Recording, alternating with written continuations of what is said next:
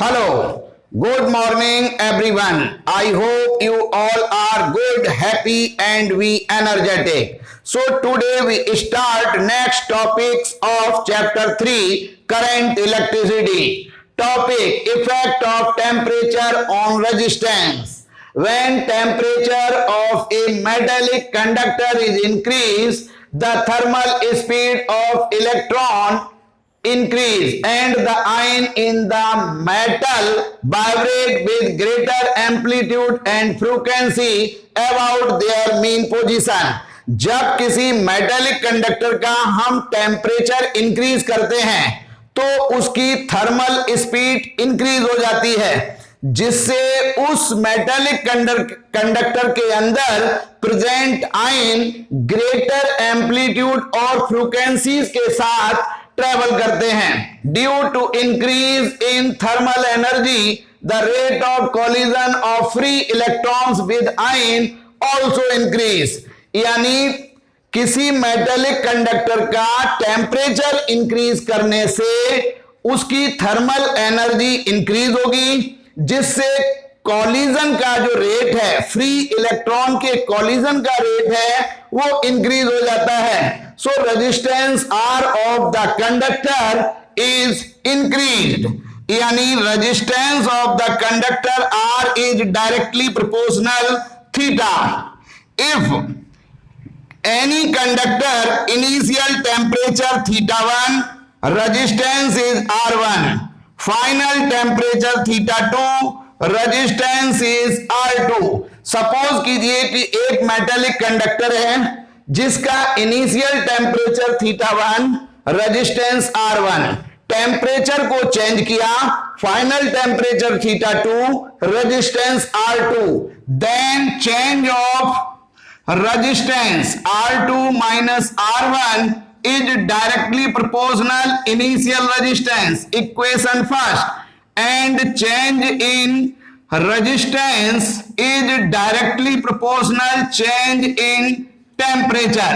यानी जो metallic conductor के रेजिस्टेंस में चेंज आएगा वो डिपेंड करेगा इनिशियल रेजिस्टेंस पर और चेंज इन टेम्परेचर पर. यानी जितना हम टेम्परेचर इंक्रीज करेंगे रेजिस्टेंस इंक्रीज होगा, और कंडक्टर का इनिशियल रेजिस्टेंस कंपैरिजन जितना ग्रेटर होगा रेजिस्टेंस में चेंज भी उतना ही रेशियो में ग्रेटर होगा. From equations first and second, change of resistance R2 minus R1 is directly proportional R1 theta 2 minus theta 1. So R2 minus R1 directly proportional sign हटाया, constant alpha R1 theta 2 minus theta 1. Equation number third. Here alpha is a constant. It's called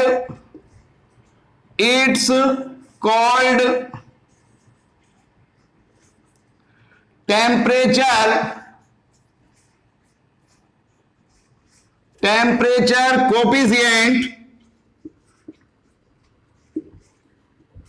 coefficient of resistance. यानी ये जो constant alpha है इसे temperature coefficient of resistance of the conductor कहेंगे. So temperature coefficient of resistance alpha is equal to R2 minus R1 divided by R1 theta 2 minus theta 1. Its unit is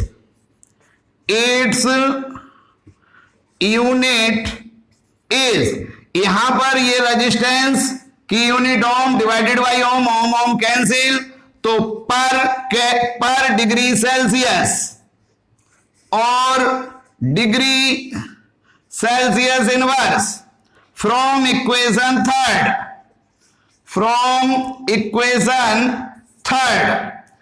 R2 is equal to R1 को RHS में ले गए, तो R1 plus alpha R1 θ2 minus θ1, तो R2 is equal to R1 common 1 plus alpha θ2 minus θ1 if initial temperature θ1 0 degree Celsius and θ2 is equal to θ degree Celsius.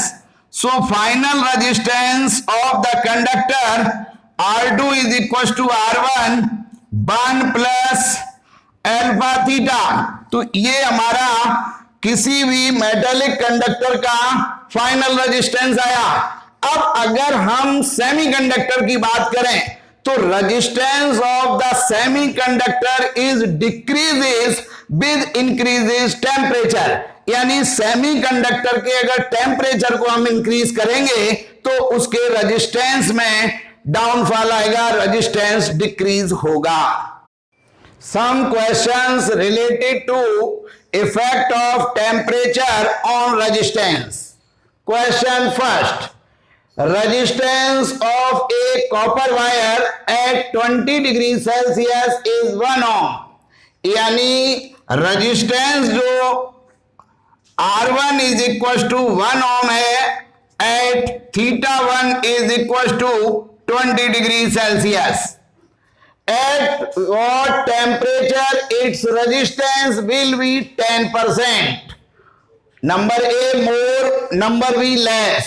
Temperature coefficient of resistance for copper wire, यानी alpha की value given है 3.9 into 10 की power -3 पर degree Celsius. अब question number A, कितने temperature पर, यानी θ2 is equal to question mark 10% more होगा, यानी जो 1 ओम है उसका 10% 0.1, तो टोटल रेजिस्टेंस 1.1 ओम। अब हमें θ2 की वैल्यू फाइंड आउट करनी है। We know that R2 minus R1 is equal to alpha R1 θ2 minus θ1, तो R2 यानी 1.1 माइनस R1 यानी 1 ohm is equal to alpha 3.9 into 10 की power -3, R1 is equal to 1 ohm. θ2 find out करना है minus θ1 20 degree Celsius, तो 1.1 minus 1 is equal to 0.1 is equal to θ2 का यहां multiple किया तो 3.9 इंटू 10 की पावर -3 θ2 माइनस यहां 20 का मल्टीपल किया तो पॉइंट से 0 कैंसिल आउट, 2 9 जा 18, कैरी 1 2 3 जा 6 यानी 78 इंटू 10 की पावर -3। अब हमें जो है θ2 फाइंड आउट करना है, तो 3.9 इंटू 10 की power -3 θ2 is equal to 0.1 plus इसको पावर 10 की पावर -3 हटाया तो 0.078, तो 3.9 इंटू 10 की पावर -3 θ2 is equal to 0.178, तो θ2 is equal to 0.178 divided by 3.9 into 10 की power -3, so θ2 is equal to 0.178 into 10 की पावर 3 डिवाइडेड बाई 3.9, तो θ2 is equal to पावर यहां हटाया तो 178 divided by 3.9, θ2 is equal to 45.6 degree Celsius जब इसे डिवाइड करेंगे। अब बी पार्ट, किस पर्टिकुलर टेम्परेचर पर जो रेजिस्टेंस है वो 10% लेस होगा, तो R1 की वैल्यू तो 1 ओम गिवन है, theta 1 is equal to 20 degree Celsius, theta 2 question mark, और R2 is equal to 10% less, यानी 1 ओम का 10% 0.1, तो 1 माइनस 0.1 0.9 ओम, जबकि temperature coefficient of resistance 3.9 into 10 की पावर -3 पर डिग्री सेल्सियस गिवन है। So we know that R2 minus R1 is equal to alpha R1 theta 2 minus theta 1। ये formula हमें मालूम है, तो put these value R2 0.9 minus 1.0 is equal to 3.9 10 की power -3, R1 की वैल्यू 1, थीटा 2 फाइंड आउट करना है माइनस थीटा 1 20 डिग्री सेल्सियस।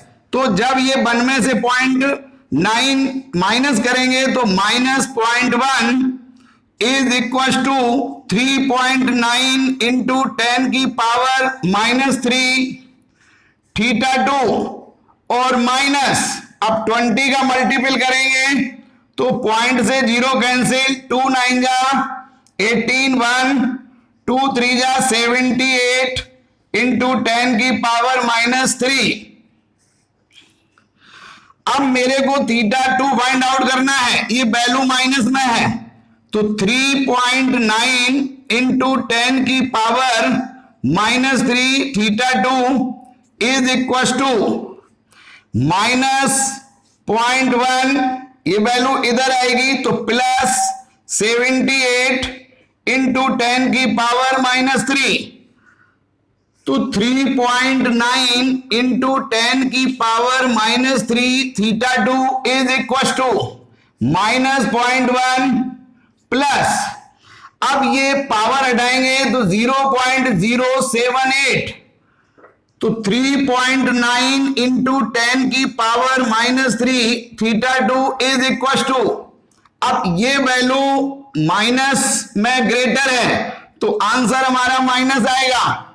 अब यहां पर इसको कैलकुलेट करते हैं, यानी 0.078 लेस करेंगे तो 10 यानी 2 9 2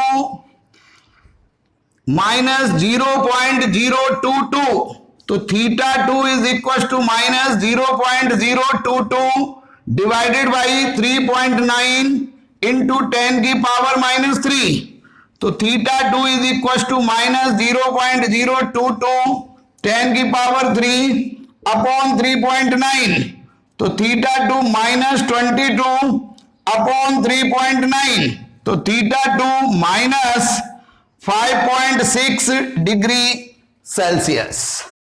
question 2, at what temperature resistance of copper wire will be twice its resistance at 0 degree Celsius? Temperature coefficient of resistance of copper wire is 4 into 10 की पावर -3 पर डिग्री सेल्सियस। तो मेरे को यहां पर अल्फा की वैल्यू गिवन है 4 into 10 की पावर -3 पर degree Celsius. Suppose at 0 degree Celsius temperature resistance of copper wire R1 is equals to R. At temperature theta 1 is 0 degree Celsius. किस टेम्परेचर थीटा 2 की वैल्यू फाइंड आउट करनी है? Resistance of copper wire is twice यानी 2R. We know that R2 minus R1 is equals to alpha R1 theta 2 minus theta 1. R2 is equals to 2R minus R1 is equals to R equals to alpha 4 into 10 की power -3 R1 is equals to R theta 2 find out करना है minus theta 1 0. तो 2R minus R is equals to R equals to 4 into 10 की power -3 R into theta 2.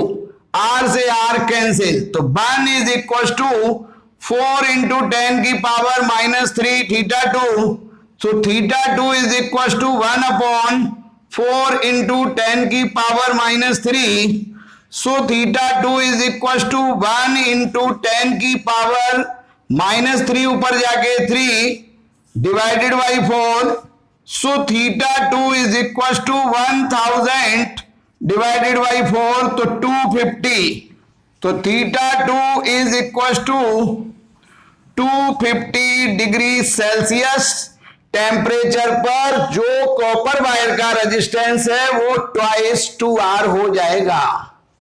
Next question 3, resistance of a copper wire at 20 degrees Celsius is 1.72 ohm. Find its resistance as 0 degrees Celsius and 100 degrees Celsius. If temperature coefficient of resistance for copper is 3.92 into 10 की power minus 3 per degree Celsius. Solution A part. Resistance of copper wire R1 is equal to 1.72 ohm at temperature theta 1 is equal to 20 degrees Celsius. R2 is equal to question mark if theta 2 is equal to 0 degrees Celsius. और alpha जो temperature coefficient of resistance 3.92 into 10 की power minus 3 पर degree Celsius given है। We know that R2 minus R1 is equal to alpha R1 theta 2 minus theta 1, तो R2 is equal to R1 उधर ले गए plus alpha R1 theta 2 minus theta 1, तो R2 is equal to R1 1.72 plus alpha 3.92 into 10 की power minus 3 into R1 1.72 theta 2 0 minus theta 1 20, तो R2 is equal to R1 1.72 plus, अब हम इन दोनों का मल्टीपल करेंगे